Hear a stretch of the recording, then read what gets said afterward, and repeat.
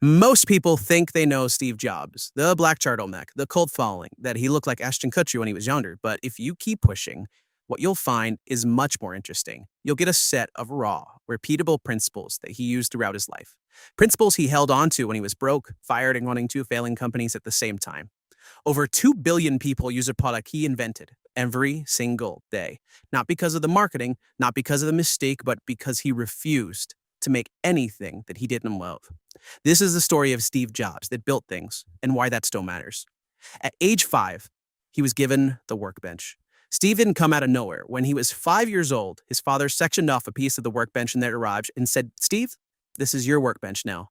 He gave him tools, showed him how to build things, take them apart, put them back together. A neighbor down the street, actually, an engineer, used to buy electronics kits and build them with Steve at the time, and something clicked.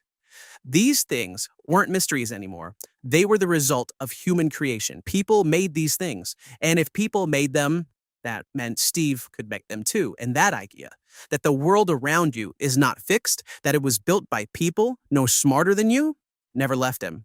It became the foundation for everything. In his early 20s, we see him learning from the people who came before. When Steve was in his early 20s, he called up Bob Noyce, co-founder of Intel, one of the architects to Silicon Valley, and asked if he could buy him lunch once a quarter. Noyce said yes. So did Andy Grove. So did Jerry Sanders of AMD. So did Bill Hewitt and David Packard. Steve's whole point was simple. These people built the world I'm operating in. Why wouldn't I want to learn from them? And most people never ask.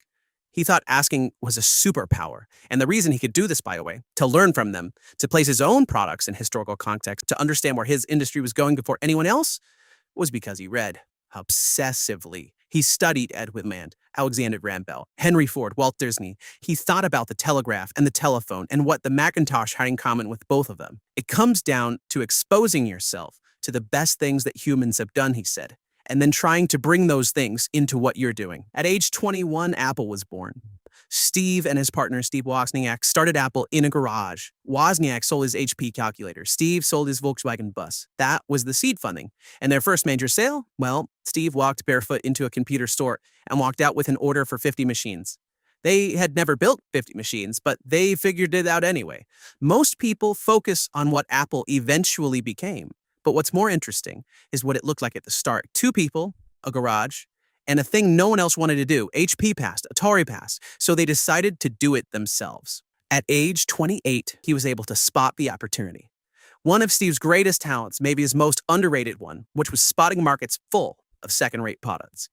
In 1983, he stood in front of a room and said, "If you look at computers, they look like garbage. All the great product designers are off designing cars and buildings. Hardly anyone is designing computers." He was 28 at the time, but he saw it immediately. A massive, important industry, completely starved of taste and craft. He wasn't the only one to notice the opportunity. He was just the only one who cared enough to do something about it. Steve genuinely hated products with no spirit. He called them pedestrian. He called them McDonald's. Not because he was cruel or because he hated McDonald's or something like that. No. But if you're going to make something, you owe it to the people using it to actually care.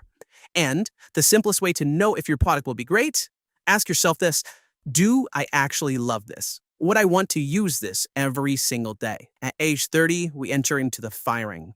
And then what came after? In 1985, Steve was pushed out of Apple, the company he founded at 30 years old. He had about $70 million to his name, or the equivalent of about $200 million today.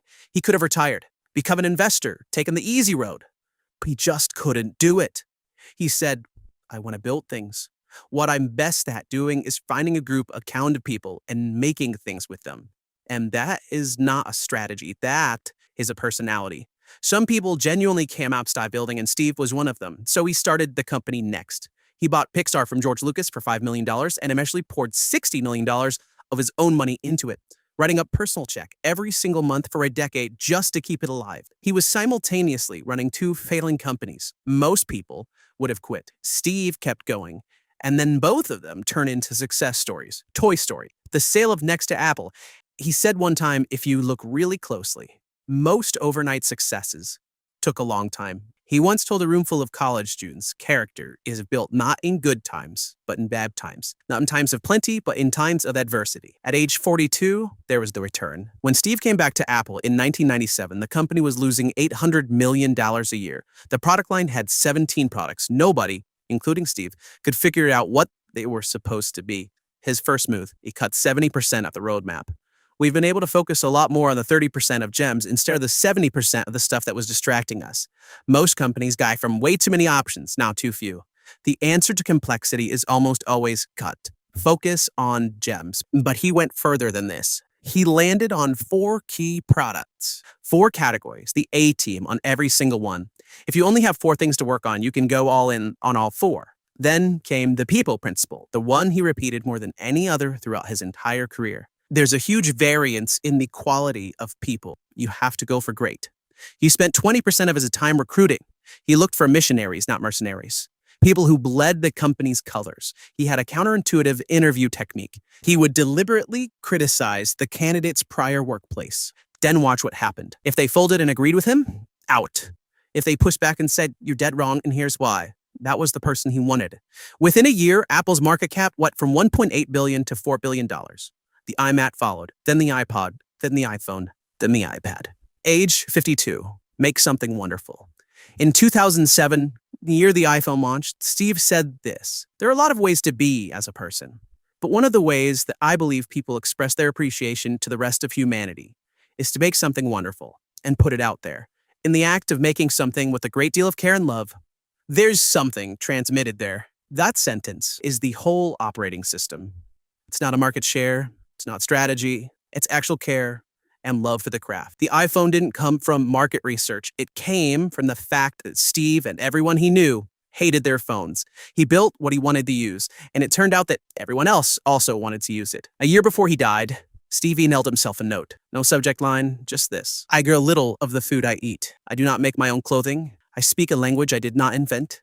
I did not discover the mathematics I use. I am moved by music I didn't create. I love and admire my species, living and dead. I am totally dependent on them for my life and well-being." And that's what it all came back to: gratitude and a desire to put something back. He once told a group of high school graduates, "Think of your life as a rainbow arcing across the horizon of this world. You appear, have a chance to blaze in the sky, and then you disappear." And he wasn't being dark, but he was being precise. He used the fact of his own death as a decision-making tool. Every morning he looked in the mirror and asked, "If today was the last day of my life, would I still want to do what I'm about to do today?" Make something wonderful. Put it out there. Care about the people who are going to use it. That's what Steve's whole thing was, and still available for anyone willing to do the work.